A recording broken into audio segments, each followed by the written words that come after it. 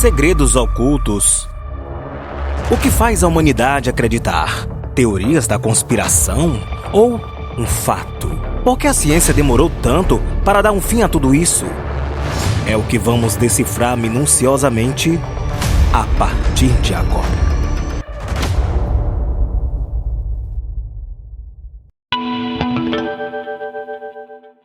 Os rastros de condensação são nuvem em forma de linha composta por partículas de gelo, visíveis atrás dos motores de combustão dos aviões, que se costumam formar na atmosfera superior a altitudes de cruzeiro. Os rastros são um efeito normal dos aviões com motores de combustão desde seus primeiros tempos. Olá, tudo bem? Mais uma vez de volta aqui na Fatos Descobertos Brasil. Bem-vindos! A expressão inglesa chemtrail é a abreviação de duas palavras inglesas, chemical e trail, que significam literalmente rastro químico. Algumas pessoas afirmam que estes rastros fazem parte de um plano secreto que pretende alterar o clima, provocar doenças, controlar a natalidade ou acabar diretamente com a humanidade. Bom, no entanto, quem se refere aos chemtrails está, na verdade, a referir-se ao rastro dos aviões que deixam no seu encalço nuvens de condensação que não são mais do que nuvens lineares produzidas pela escape do motor de um avião ou por alterações na pressão atmosférica, geralmente a altitudes de cruzeiro, vários quilômetros acima da superfície da Terra. Você já viu essa fumacinha no céu deixada por eles? Pois é, bom, ou seja, um efeito normal dos aviões com motores de combustão, desde seus primeiros tempos.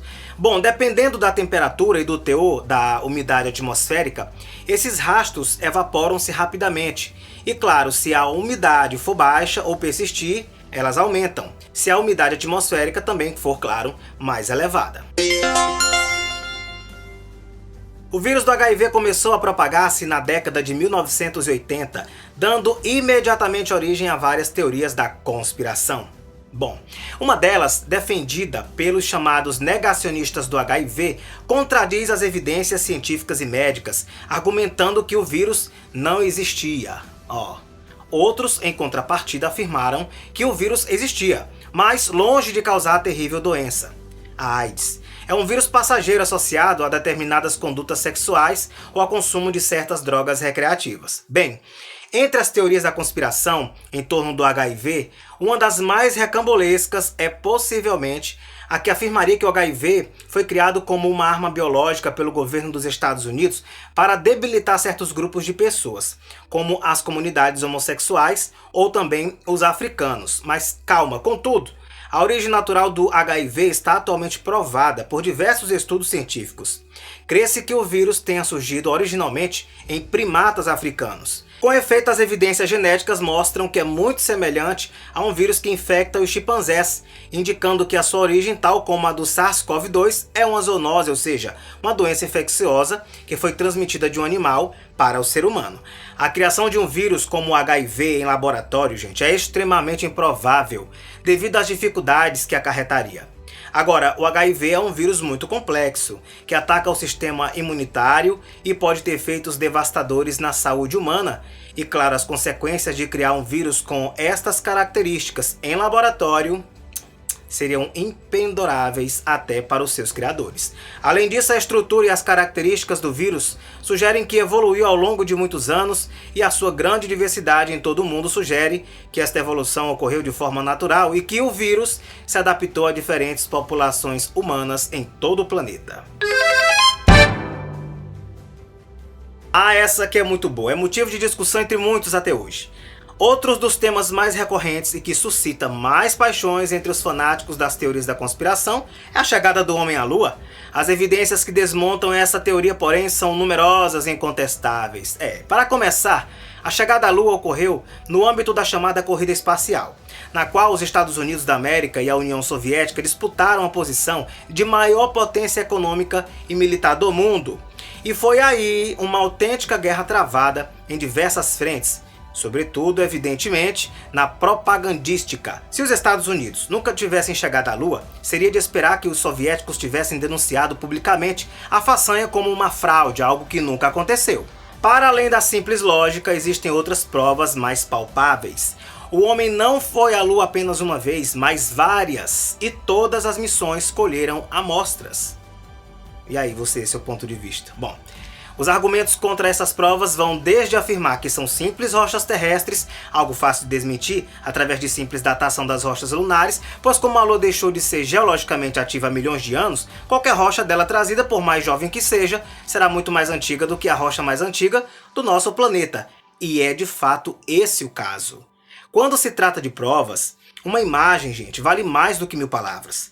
Portanto, as mais de 8.000 fotografias das missões Apollo, publicadas pela NASA, devem ser levadas em conta. E claro, né? Se você fizer outras pesquisas por aí, pode encontrar as fotografias publicadas pela própria NASA, captadas por todas as missões Apollo que viajaram pelo espaço, ordenadas em álbuns por missão.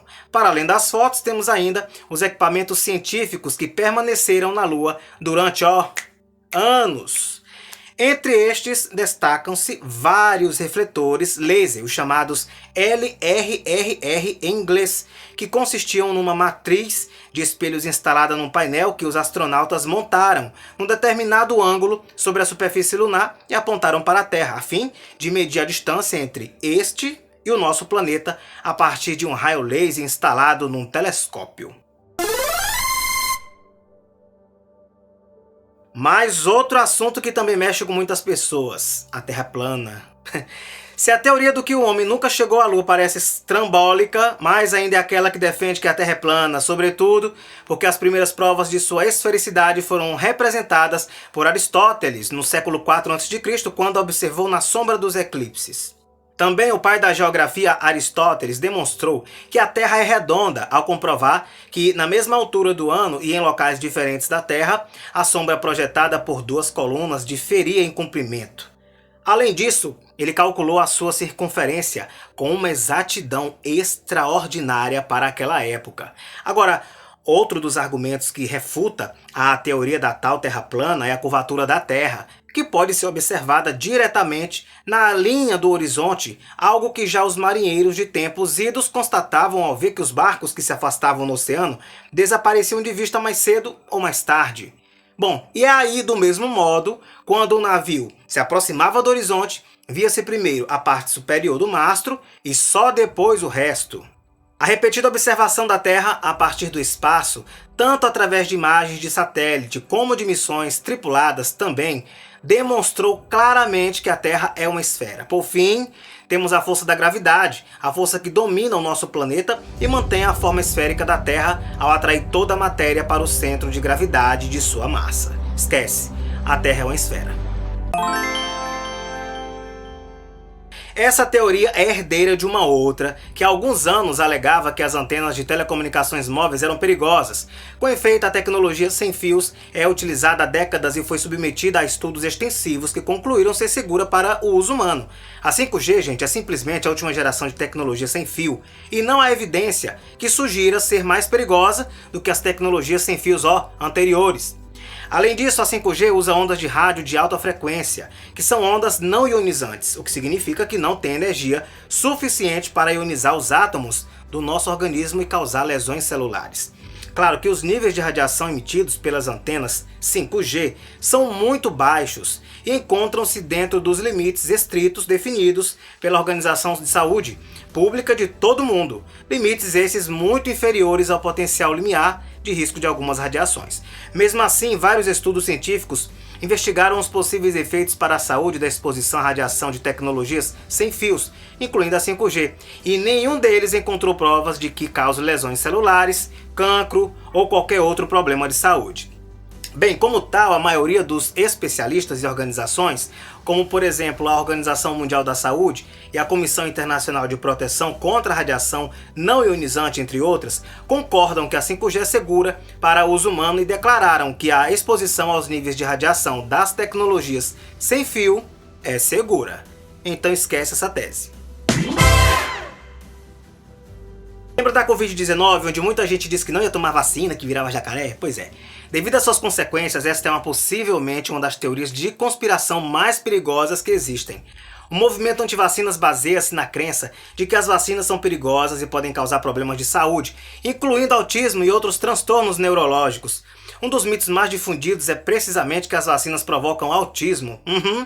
Essa ideia teve origem no estudo publicado em 1998 pelo Dr. Andrew Wakefield e colegas seus na revista médica The Lancet, na qual afirmaram ter encontrado uma ligação entre a vacina tríplice viral e o autismo. Contudo, veio a descobrir-se mais tarde que o estudo era uma fraude e os resultados tinham sido manipulados.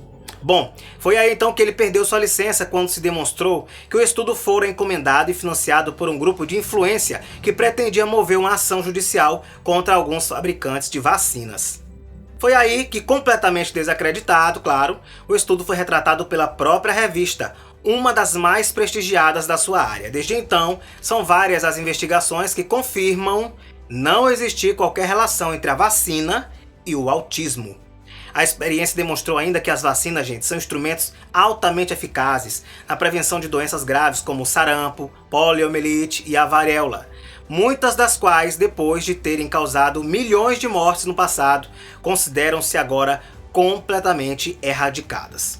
O movimento antivacinas preocupa muito os profissionais, inclusive, porque entidades até da área de saúde pública, uma vez que a falta de vacinação já abriu várias janelas de oportunidades para o reaparecimento de algumas destas doenças.